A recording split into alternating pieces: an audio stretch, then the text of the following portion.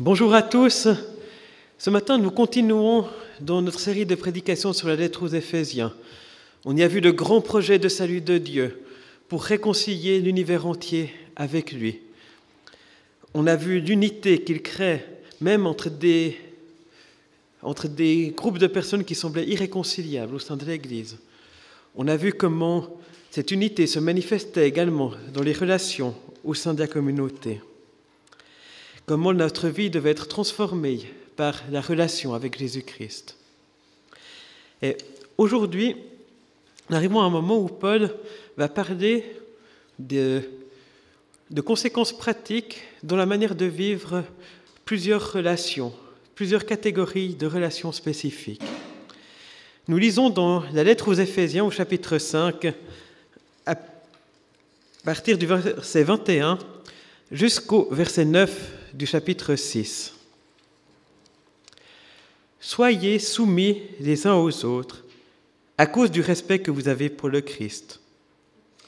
Vous les femmes, à votre mari, comme vous l'êtes au Seigneur.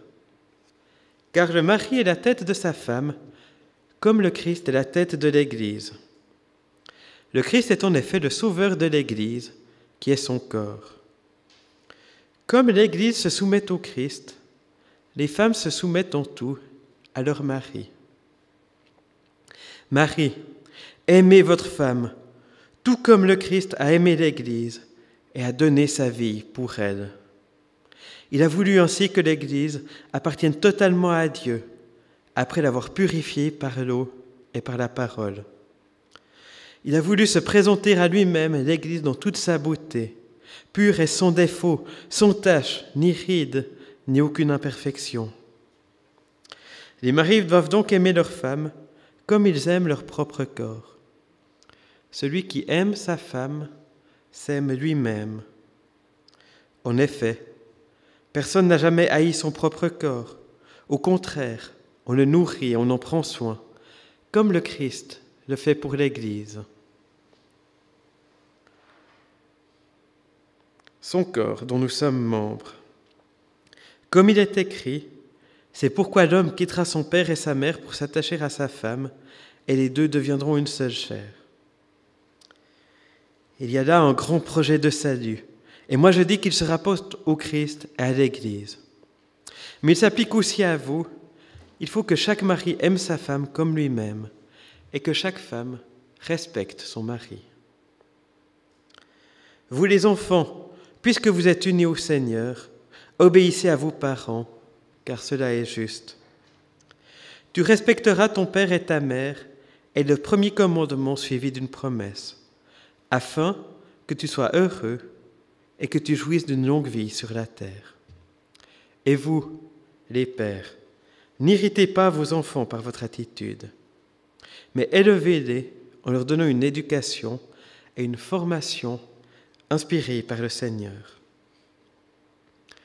Vous, les esclaves, obéissez à vos maîtres d'ici-bas humblement, avec respect d'un cœur sincère, comme si vous serviez le Christ. Ne le faites pas seulement quand ils vous surveillent pour leur plaire, mais accomplissez la volonté de Dieu de tout votre cœur, comme des esclaves du Christ. Servez-les avec bonne volonté, comme si vous serviez le Seigneur lui-même, et non des êtres humains. Rappelez-vous que chaque personne, qu'elle soit esclave ou libre, si elle a fait quelque chose de bien, sera récompensée par le Seigneur. Et vous les maîtres, faites la même chose à l'égard de vos esclaves. Abstenez-vous de toute menace. Rappelez-vous que vous avez, vous et vos esclaves, le même maître dans les cieux, qui n'avantage personne.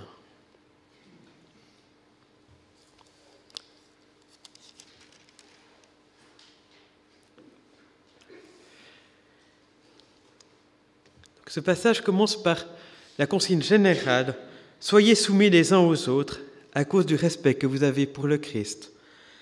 Et du reste, ce verset peut à la fois être attaché au passage qui précède, et Virginie l'avait lu dans la prédication précédente de cette série.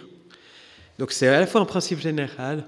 En Christ, nous sommes appelés à nous soumettre les uns aux autres, c'est-à-dire avoir une attitude déférente, à respecter les autres, à être prêt à écouter ce qu'ils ont à nous dire.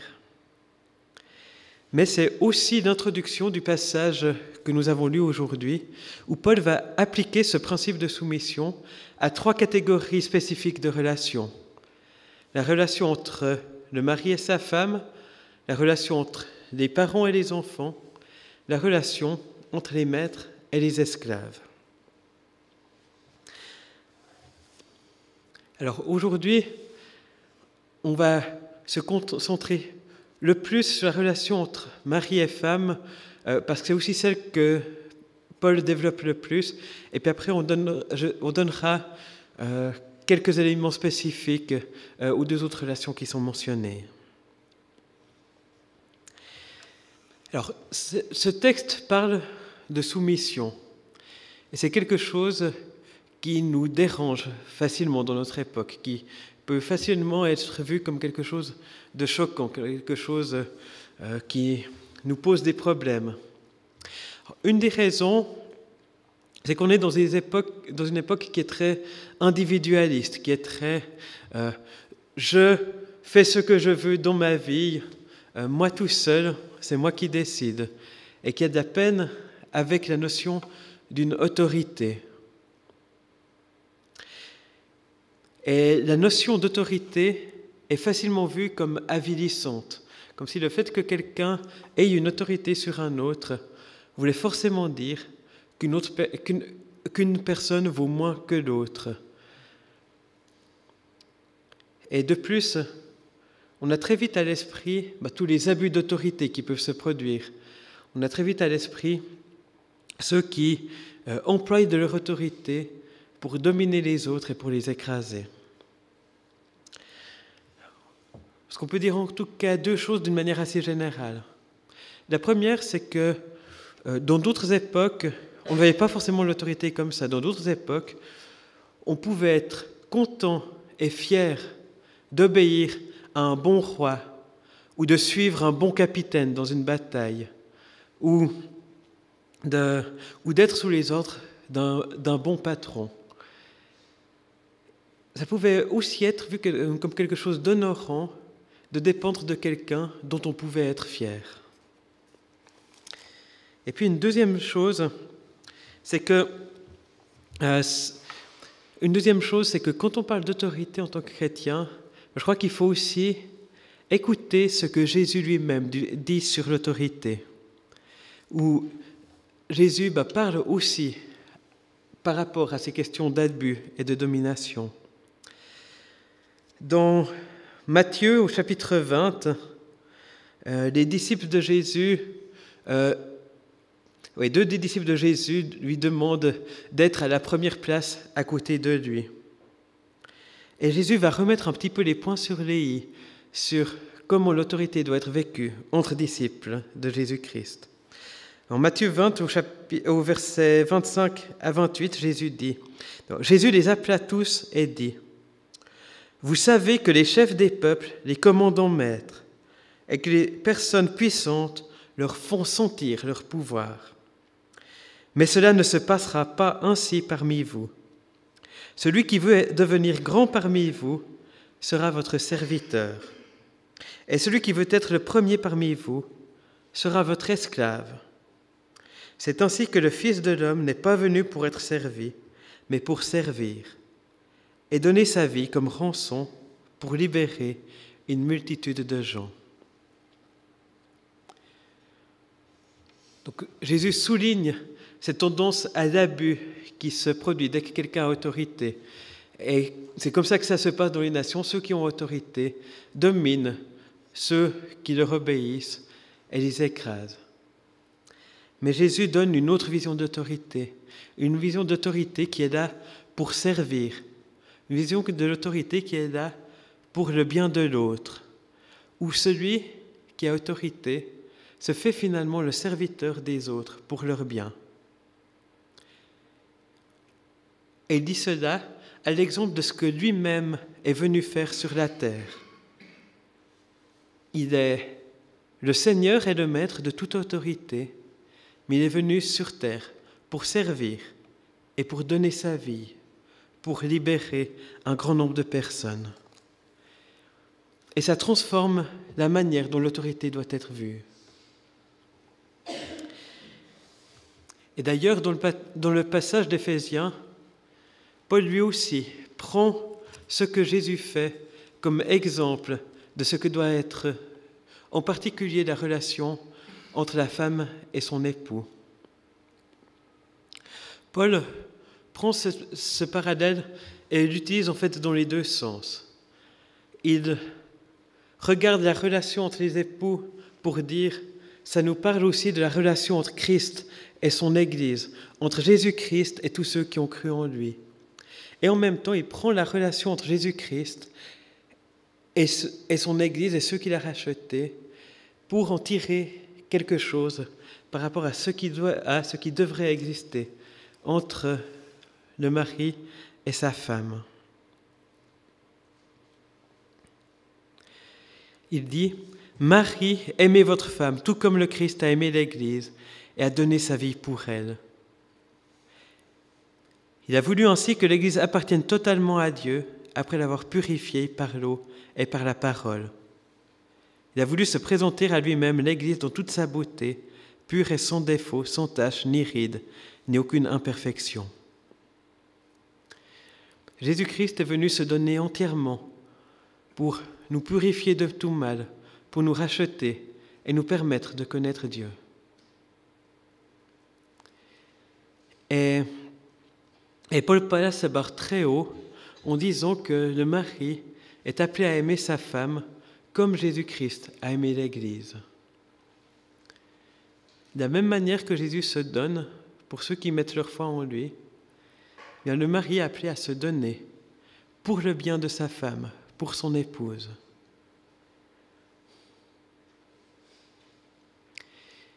Et du coup, si Paul reconnaît bien au mari un rôle d'autorité vis-à-vis de sa femme, ce n'est pas du tout un rôle de domination, un rôle d'écrasement, mais c'est un rôle de service, un rôle de se donner pour elle et de veiller à ce qu'elle s'épanouisse, de veiller à ce qu'elle devienne tout ce qu'elle est appelée à être.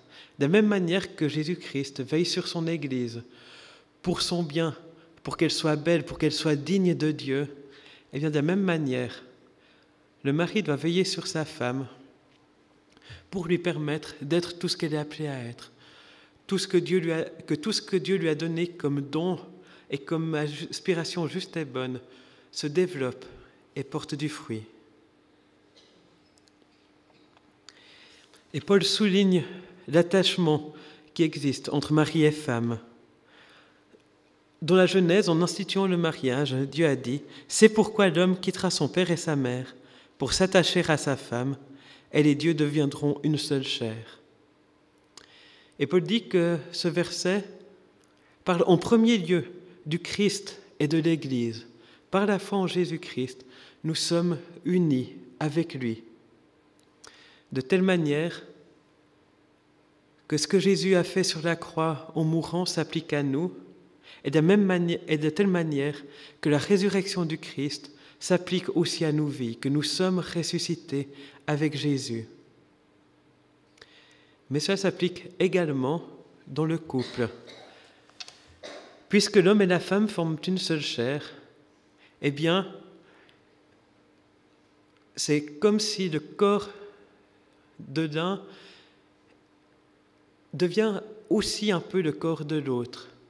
Paul dit, chacun de nous prend soin de son propre corps, fait en sorte qu'il soit nourri, qu'il soit propre, qu'il ait de quoi manger. Et de la même manière qu'on prend ces soins-là, on doit prendre soin, en particulier le mari de sa femme, et dans une certaine mesure la femme également de son mari.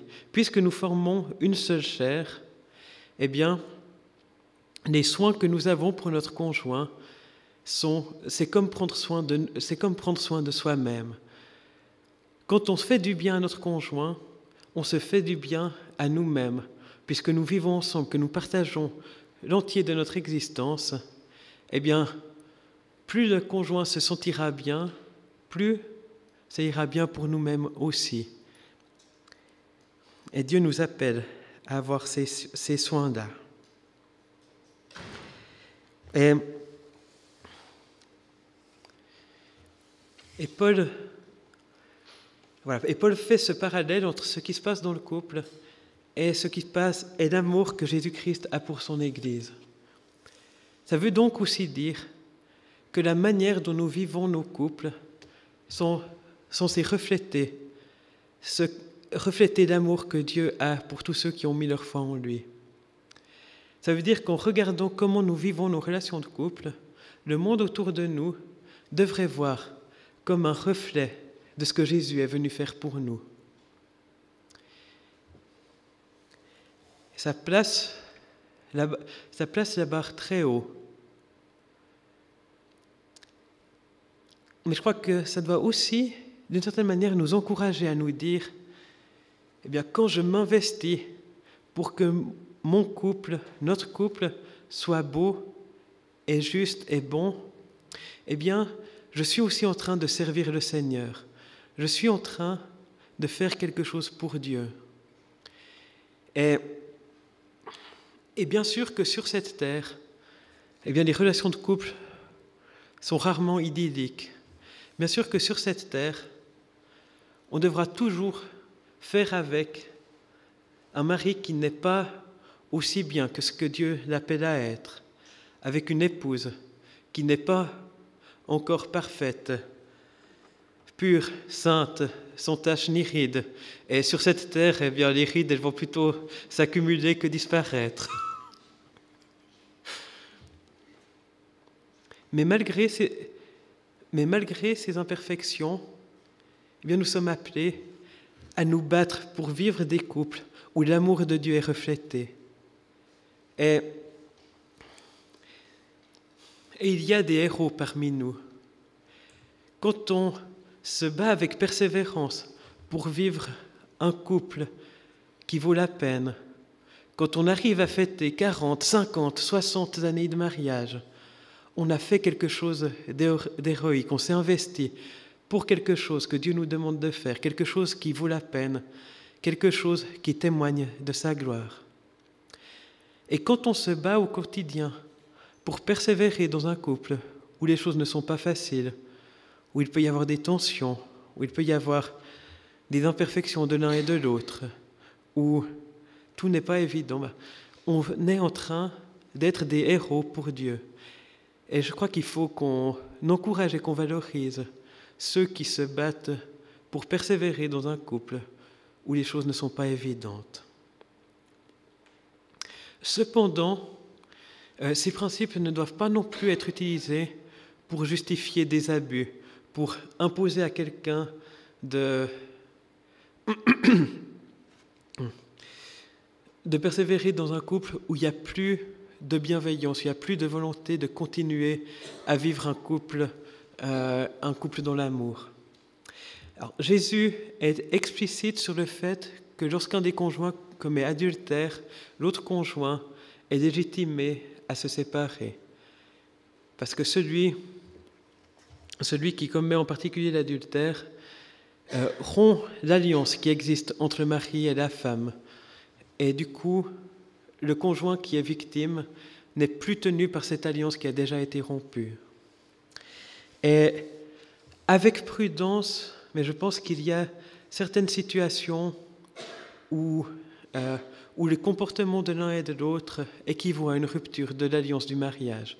En particulier dans des cas de violence ou dans des cas où il y a vraiment écrasement de l'un par l'autre. À un moment, le conjoint coupable ne peut pas utiliser les principes bibliques pour dire non, mais tu dois rester parce que c'est voulu par Dieu, ou non, mais tu es obligé de me pardonner. Quand il n'y a plus de bonne volonté, plus d'intention juste, à un moment, il faut malheureusement reconnaître qu'un des conjoints a rompu l'alliance et que c'est simplement tirer les conséquences que d'y mettre un terme. Mais c'est difficile de savoir à quel moment on est dans ce cas-là, à quel moment on est encore dans les moments où il faut espérer, il faut chercher le pardon, chercher la réconciliation. Oui. Et on ne peut bien sûr pas entrer dans tous les cas de figure qui peuvent se présenter, mais il est juste à la fois de se dire ça vaut la peine de se battre pour le couple, et à la fois de ne pas utiliser ça pour maintenir quelqu'un dans une situation où il y a abus, où il y a écrasement de l'un par l'autre.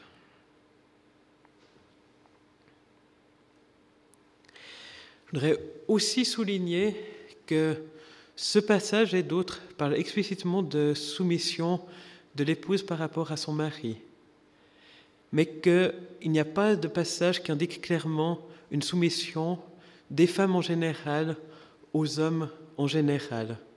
Il y a un ou deux passages qui pourraient être ambigus aussi parce que en grec, le terme qui est utilisé pour homme peut être utilisé pour mari et vice-versa, et de même avec le terme pour femme et pour épouse.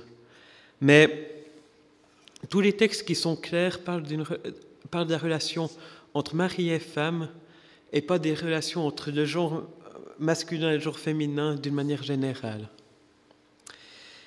Et du coup, je crois qu'on ne peut pas tirer de la Bible que toute femme devrait se soumettre à tout homme ou que toute femme serait impropre à exercer une autorité sur un homme dans quelques situations. D'ailleurs, la Bible nous montre des femmes être reines, donner des ordres à leurs serviteurs,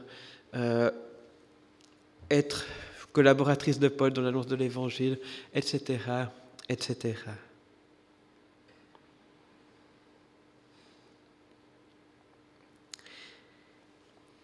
Et dire aussi que s'il y a une relation d'autorité, eh bien, elle doit être vécue dans l'esprit de tout ce que Paul dit ici, dans l'esprit de ce que Jésus a enseigné également. Et donc, il y a plusieurs manières de vivre l'autorité. Il y a une manière, j'ai décidé et tu obéis, mais ce n'est pas la manière qui semble la plus en accord avec l'esprit dans lequel c'est censé être vécu.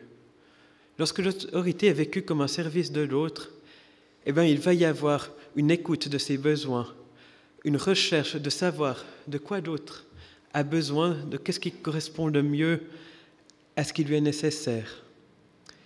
Et je crois qu'un sain exercice de l'autorité implique une discussion, implique une compréhension. Et peut-être que un sain exercice de l'autorité est plus proche d'un rôle d'un président que du rôle d'un dictateur, plus proche du rôle de celui qui dit « Bien, maintenant que nous avons discuté et fait le point sur les besoins de chacun, je pense que ça serait ça la direction où nous devrions aller. Est-ce que, alors, nous tous, nous deux dans le cas d'un couple, nous pouvons vivre avec cette direction?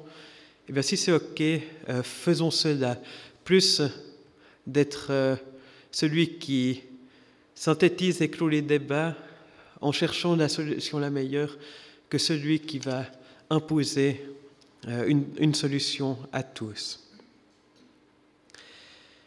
Après, alors en particulier en ce qui concerne le couple, il y a quelque chose où c'est le couple en son sein qui va chercher la meilleure manière de vivre cette autorité, mais qu'elle soit vécue en tous les cas, dans l'amour, dans le respect, en cherchant chacun le bien de l'autre, avec le rôle que chacun peut avoir.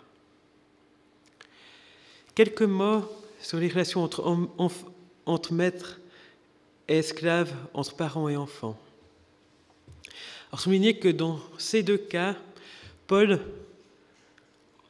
donne à la fois des consignes aux uns et aux autres, parce que ceux qui ont autorité ont une responsabilité envers ceux qui leur sont soumis. Et dans les deux cas, Paul invite les enfants à obéir à leurs parents, les esclaves ou les serviteurs à obéir à leur maître. Pas pour justifier l'esclavage, mais pour reconnaître que dans la société de l'époque, il y a une relation d'autorité qui existe et que ça rend plus gloire à Dieu de respecter cette relation que que d'être de mauvais enfants, de mauvais serviteurs qui désobéissent et créent le chaos. Mais en même temps, Paul souligne les responsabilités des maîtres par rapport à ceux qui leur obéissent. Et l'attitude, voilà, si les esclaves doivent obéir à leur maître par respect pour Dieu, pour être agréable à Dieu et pas seulement pour plaire à leur maître, bien, Paul dit, vous les maîtres, faites la même chose à l'égard de vos esclaves, abstenez-vous de toute menace et rappelez-vous que vous avez, vous et vos esclaves, le même maître dans les cieux qui n'avantage personne. Donc, tout en reconnaissant la relation d'autorité qui existe sur la terre, Paul rappelle que devant Dieu, il n'y a pas de préférence, que devant Dieu, tout le monde aura à rendre compte de ses actes, quel que soit son rang. Et quelque part, Paul n'efface pas la relation qui existe, mais il enlève toute justification pour en faire quelque chose de dominateur ou d'abusif. Et quelque part, se rappelle que les maîtres et les esclaves sont ultimement égaux devant Dieu. Eh bien,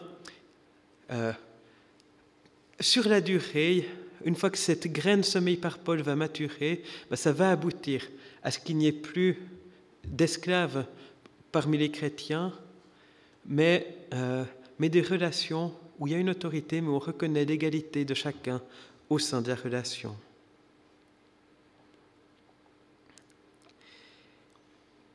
Donc s'il y a des relations d'autorité, elles sont à vivre avec l'exemple de Jésus-Christ, qui, étant le Maître et le Seigneur, s'abaisse et se donne, qui porte des fardeaux, et dans le cadre de Jésus, même les péchés de ceux sur qui il a autorité. Et que cela nous inspire, partout où nous sommes en situation d'autorité, pour servir, pour chercher le bien de ceux dont nous avons la responsabilité, et pour se donner. Et là où nous sommes en responsabilité de devoir obéir, eh bien faisons-le avec respect, en cherchant aussi à faciliter la tâche de ceux qui ont une responsabilité. Cherchons à faire confiance que les autres cherchent notre bien, à parler avec respect lorsqu'il y a besoin de souligner un problème, une difficulté.